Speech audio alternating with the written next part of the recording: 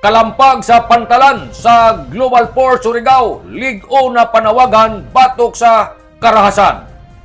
Hugot na advokasya sa pagpanabuso sa kababajinan sa kabataan, antag pasiugda sa Global Surigao, pinagi na sa kalampag sa pantalan, isa ka simbolo ini sa kaliyukan, ilayom sa 18 kaadlaw nga campaign alang sa End Violence Against Women Convow. Tag-uyunan sa Philippine Commission on Women's kon PCW sanan an ICAT Vauci ang inisyatiba naglatid sa ligo na mensahe ang pagpakigbatok sa abuso na nagkinahanglan na aktibo na tingog kinabangay sanan partisipasyon sa komunidad. Niadtong Nobyembre 26 ning tuiga, mihugong ang pagkalampag sa lata, kampana sa nantambol sa pantalan, isa ka madasigon na pamaagi sa pagpukaw sa publiko sa pag-undang sa kahilom na naglibot sa isyo sa karahasan. Ang kalihukan nag-awhag sa pag-report sa Vauci paghatag ng suporta sa biktima sa pagpaligon sa isa kaluwas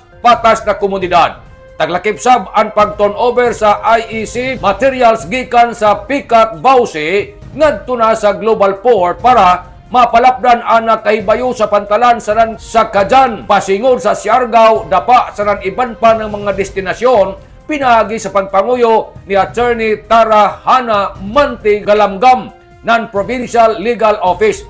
Ang diskusyon sa Republic Act 9262 naghatag ng tinaw sa pagpasabot sa katungod sa kababajinan sanan sa mga pamaagi sa pagpang-adyo ng tabang, iban sa pagkayusa sa pagpaningkamot sa PLO PPA Marine Police Global Port sanan mga pasahero. Isa ini ka painumdum na ang pagpakigbatok sa karahasan, isa ini ka kolektibo na responsibilidad na nagkinahanglan sa panagiusa sa tibuok komunidad.